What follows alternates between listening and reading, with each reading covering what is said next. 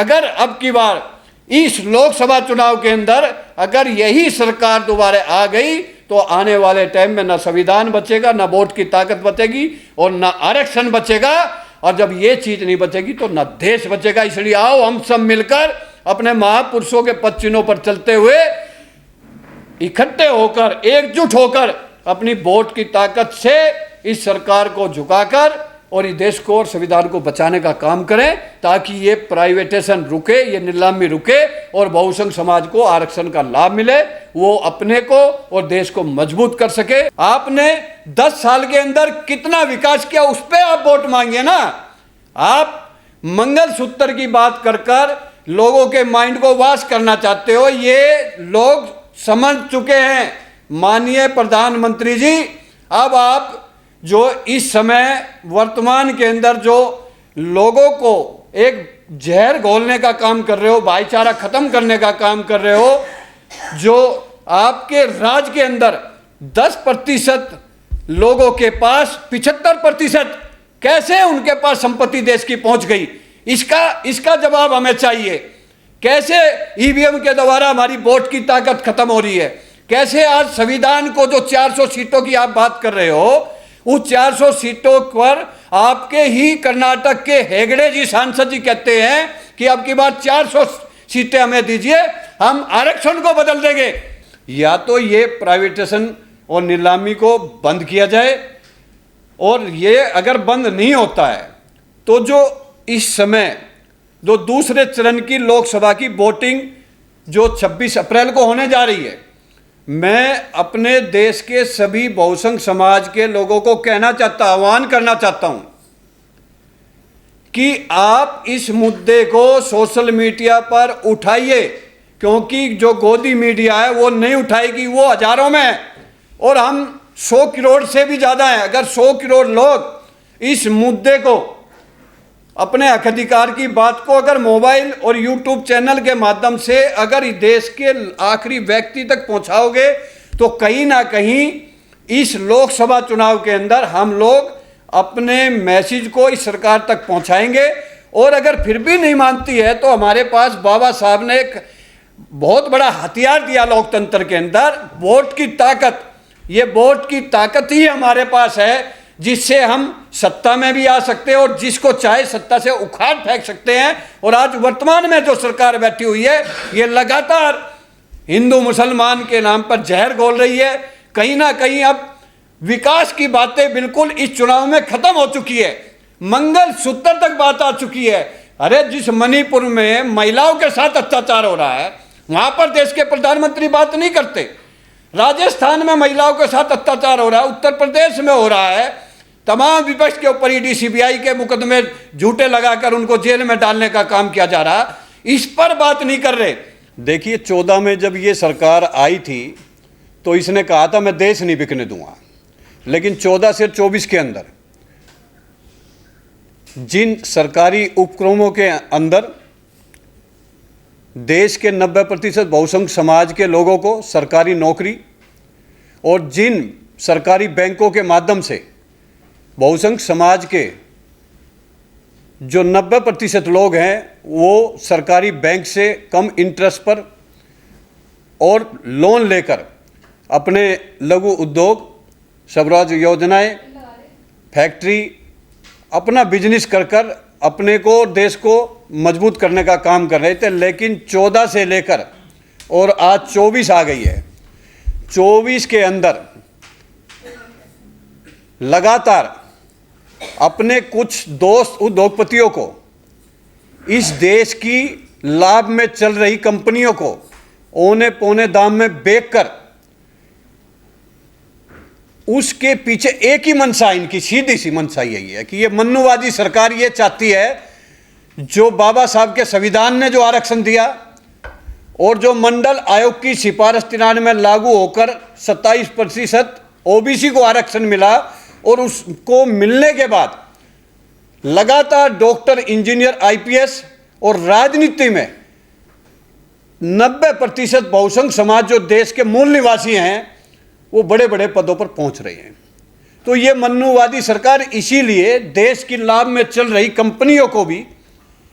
अपने उद्योगपतियों को औने पौने दाम में बेचकर हमारे आरक्षण को खत्म करने का षड्यंत्र रचा जा रहा है। जब प्राइवेटाइजेशन हो जाएगा या कोई कंपनी लाभ में चल रही है उसकी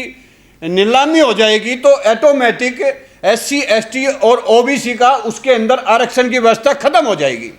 तो ये सीधा सा उनकी मंशा है कि SC ST OBC को आरक्षण के दायरे से बाहर लाया जाए ताकि ये बड़े बड़े पदों पर ना पहुंच पाए। अगर प्राइवेटाइजेशन हो जाता है तो जो सरकारी बैंक है जब मार्केट में होता था उसकी सरकारी स्कीमें होती हैं जिसका लाभ लेकर हमारे लोग छोटे छोटे उद्योग लगाकर पैसा कमाकर मजबूत हो रहे थे। अब प्राइवेटाइजेशन बैंक होने के बाद बैंक की अपनी पॉलिसी होगी, रेट ऑफ इंटरेस्ट ज़्यादा होगा, स्कीमें कम हो जाएगी क्योंकि सरकारी स्कीमें ज़्यादा होती हैं। अगर गवर्नमेंट का PSU अगर मार्केट में होता है तो जो उपभोक्ताओं को जो चीज़ें मिलती हैं वो उसकी जो वैल्यू है वो स्थिर रहती है। लेकिन जैसे वो प्राइवेटाइजेशन में आ जाता है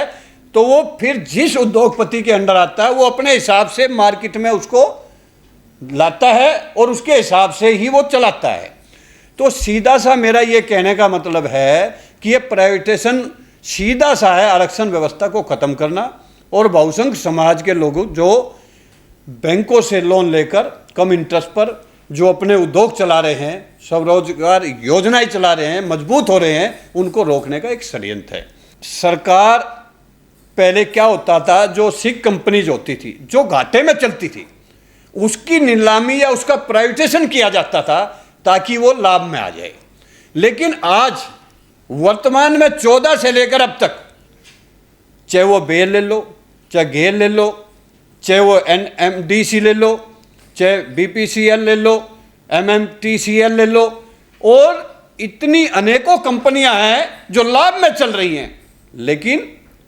आरक्षण व्यवस्था को खत्म करना और बहुसंख्य समाज को आर्थिक रूप से कमजोर करने का ये षड्यंत्र लगातार चल रहा है। इसका हम विरोध कर रहे हैं और इस प्रेस वार्ता के माध्यम से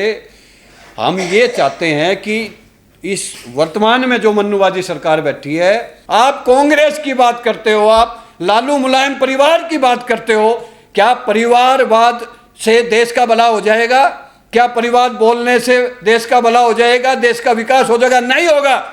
आप देश के लोगों को गुमराह मत कीजिए, चाहे वो मंदिर मस्जिद के नाम पर हो, हिंदू मुसलमान के नाम पर हो। आपने ये कहा था कि मैं देश नहीं बिकने दूंगा, आज गेल बेल रेल जेल, आपने हवाई अड्डा, बस अड्डा,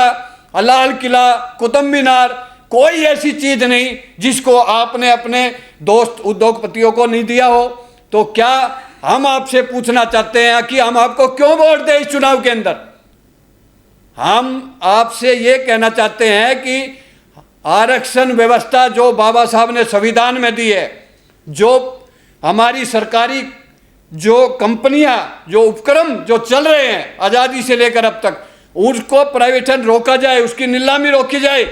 क्योंकि इनकी वजह से, प्राइवेटाइजेशन होने की वजह से आज ग्रुप C और D के जो लाखों हमारे बहुसंख्य समाज के लोग नौकरी करते थे, जो उस नौकरी की वजह से उनका परिवार मजबूत होता था और वो सुविधा मिलती थी, आज आपकी प्राइवेटाइजेशन नीलामी की वजह से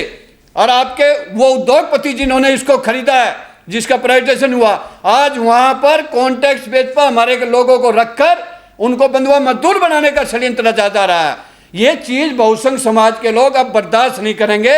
वो अब जागरूक हो चुके हैं और मैं बहुसंख्य समाज के लोगों को कहना चाहता हूं कि अब आप जागरूक होकर इस लोकसभा चुनाव के अंदर अपनी वोट की ताकत से अपने उम्मीदवार, जो आपकी संविधान की बात करें, जो आपकी वोट की ताकत को बचाने की बात करें, जो सरकारी उपक्रम जो संस्थाएं हैं उनको जो है ना बेचने की बात करें, जो आपके विकास की बात करें, उसी को वोट देकर आप सरकार चुनने का काम करो। जो सूरत का मामला है ये पहली बार नहीं हो रहा। 14 से लेकर 24 के अंदर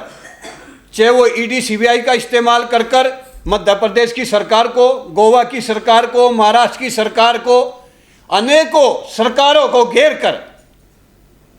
इन्होंने अपनी सरकार बनाने का काम किया। मैं आपके चैनल के माध्यम से पूछना चाहता हूं, जब मोदी जी के साथ सब लोग हैं और उन्होंने इतना काम किया है, तो क्यों उनको सरकार तोड़ने की जरूरत पड़ रही है? क्यों उनको कांग्रेस के चुने हुए नेताओं को अपनी पार्टी में लाने की बात जरूरत पड़ रही है? और यही मैं बहुसंख्य समाज के लोगों को कहना चाहता हूं कि इसका ट्रेलर पहले ही चरण में आ चुका है। जिस सूरत लोकसभा के अंदर कांग्रेस प्रत्याशी के साथ 8 और उम्मीदवार थे जो वहां पर उन्होंने पर्चा दाखिल किया था, तो आप सोचिए कितनी तानाशाही चल रही है कि अगर कांग्रेस का उम्मीदवार का पर्चा किसी कारण से अगर खारिज हो गया तो वो 8 जो पर्चे बिल्कुल ओके थे, वो 8 उम्मीदवारों पर कैसे दबाव बना, ये आपको सोचना पड़ेगा। उनको कहीं ना कहीं सारे साम दन भेद अपनाकर या उनको डराकर या उनको कुछ ना कुछ धन की व्यवस्था कराकर ही उनको बैठने पर मजबूर किया गया। अगर आज चुनाव से पहले ऐसा है तो चुनाव जीतने के बाद मैं आपको बता देता हूं कि ना तो आने वाले टाइम में इस देश में कभी चुनाव होगा और ना ही संविधान बचेगा, और ना संविधान बचेगा तो बहुसंख्य समाज के लोगों का जो अधिकार हक मिला हुआ है वो भी नहीं मिलेगा। इसलिए अपनी वोट की ताकत का इस लोकतंत्र में ईमानदारी से ईमानदार उम्मीदवार को वोट देकर और इस तानाशाही सरकार को हटाने का काम करो, ताकि देश, संविधान और समाज और आरक्षण बच सके। जय हिंद, जय भारत।